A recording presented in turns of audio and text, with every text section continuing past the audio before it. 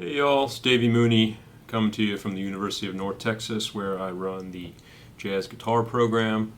I'm a Benedetto artist, Sunnyside Records artist. I got my new CD live at National Sawdust. It's out there on all the platforms. My book, Personalizing Jazz Vocabulary from Mel Bay. And today I want to talk about the tune Baya, the Thelonious Monk tune. Really fun song that I learned from mostly the album Monk's Dream from the 1960s with Charlie Rouse and Frank Dunlop, and then in the last 10 years I've been listening a lot to the Monk at Carnegie Hall with John Coltrane, Shadow Wilson, and Amin Abdul Malik. And those two versions to me are, there's other ones, but those are the ones that I'm most familiar with. And I'll go through the tune and then I'll play some choruses at the end. One thing right off the bat about those two versions that's kind of interesting is this tune has on the A sections, the end of the A sections do a little like D flat, D to E flat, da, da, da, walk up after going, D flat 7, A flat 6, D flat 7, A flat 6, G flat 7, A flat 6, and then E7, B7, and then that little. Except the version on Carnegie Hall with Coltrane doesn't do that little walk up. Da, da, da. The turnaround on that version is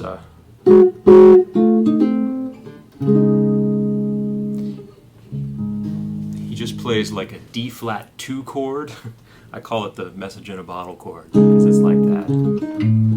So you get this E7,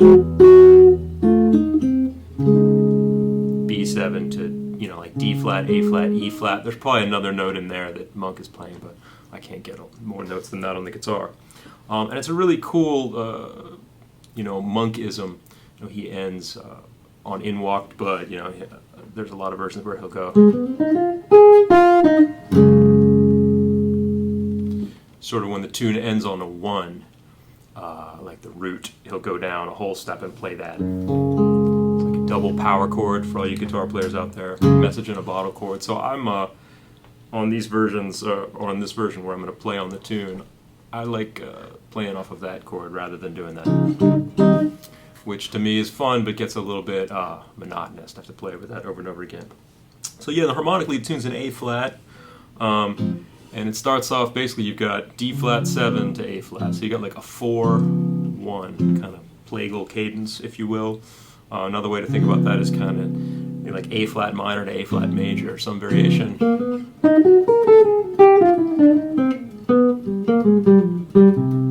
You could think about it as like A flat melodic minor, which I guess is Lydian dominant.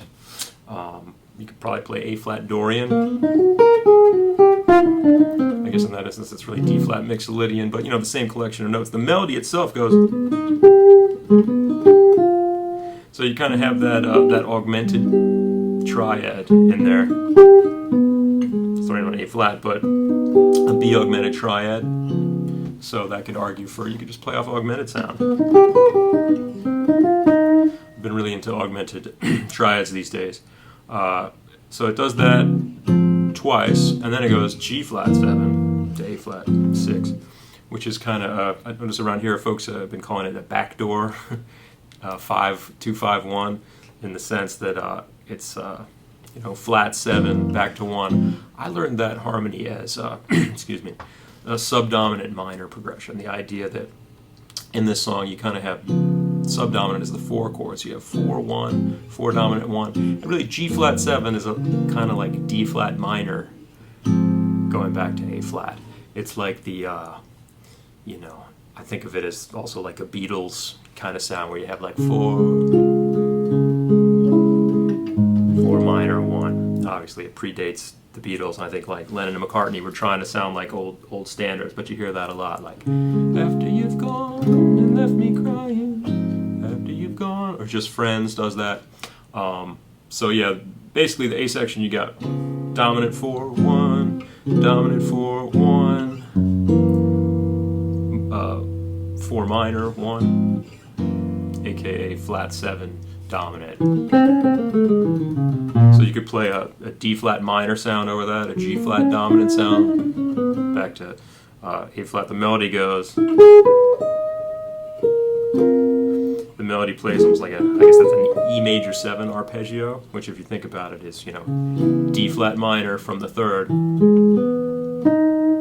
is an E major 7. So, and then the odd thing about this song that I've been obsessing over, I've been teaching this tune in my improv class, and really since I learned this song, the end of the A section you have this progression. You have like a E7 to a B7 sharp 11.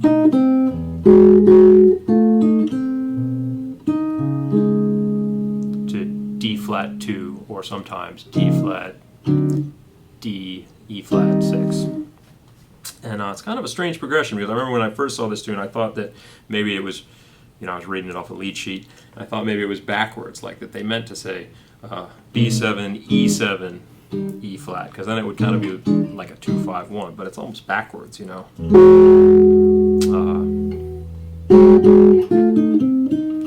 So one thing to do, if you think of the melody too, the melody's very kind of bluesy, kind of E flat major pentatonic-ish.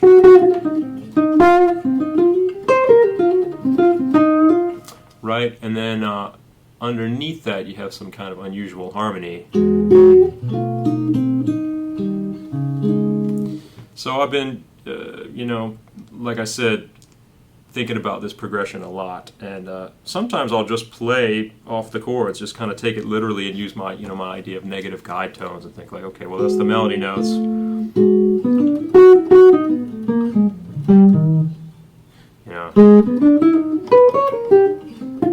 And incidentally, that D flat 2 chord, the way I'm thinking of that is kind of like an E flat dominant or an E flat sus, just with D flat in the bass. So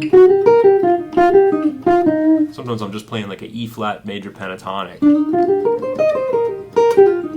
And I find on a lot of Monk tunes, just playing a major pentatonic scale, sometimes on just the one, is very authentic. And it took me a long time to accept that because I guess as a guitar player coming up, pentatonics and major pentatonics were the first thing we learned, the first kind of conversion that I figured out was that, okay, if it's a major chord, you can go down a minor third and play a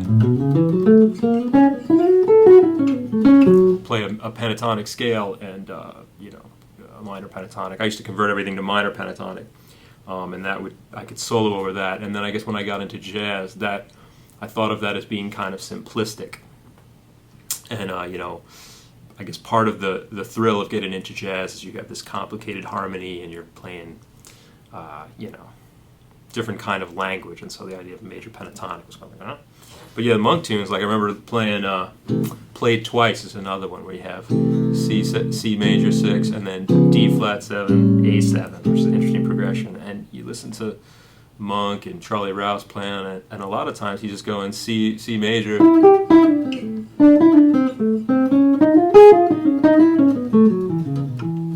playing major pentatonic scales. C major pentatonic, D flat major pentatonic, A major pentatonic. And it sounds kind of wild, even though it's just, in some ways, it's very simple. But anyway, getting back to Bahia.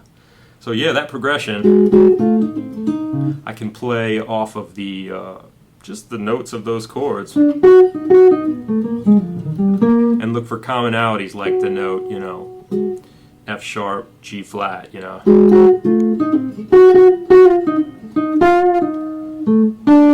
And at the same time, look at the notes that move beneath that, the idea you have.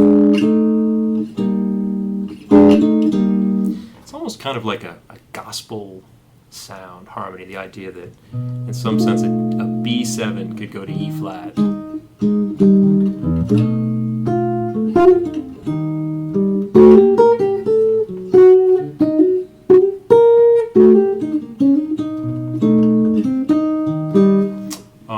That's how I think about it somehow. It's a sort of gospel blues harmony. But another way to think about it too is this collection of notes, if you just take the notes of the melody, those all fit into a half-whole diminished scale.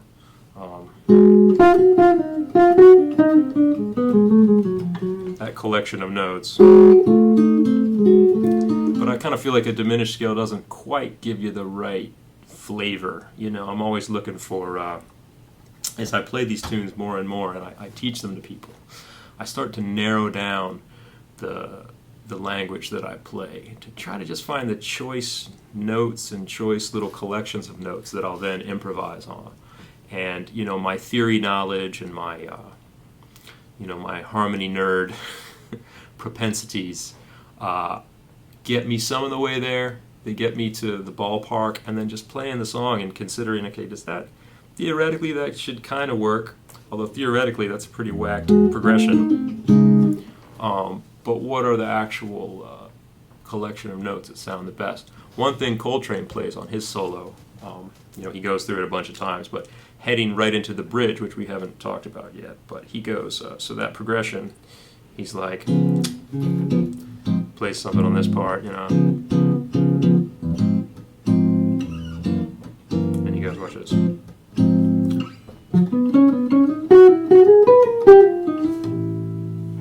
So he plays, so it's an E7, right, and he goes, which I kind of feel like, is he ignoring the E7 and just playing on the B7? I don't know, but those notes, so. And then right on that D flat too, he plays like an E, that little famous Coltrane pattern, 1, 2, 3, 5 on an E.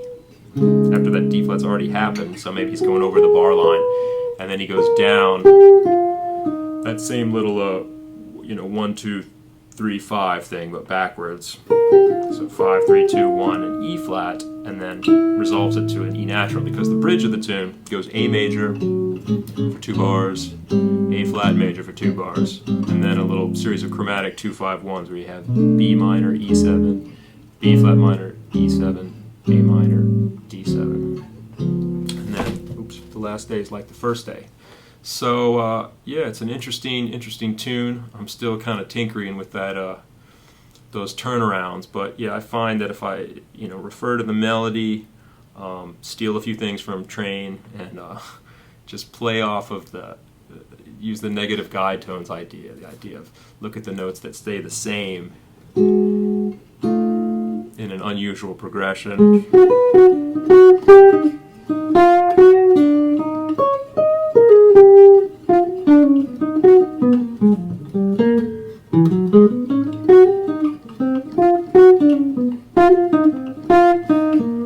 I feel like Charlie Rouse, a lot of time he just plays off the melody there. So anyway, I could talk more about this tune, but I'll play about 3 choruses on it and try to explore some of these ideas. All right, thanks a lot. Enjoy.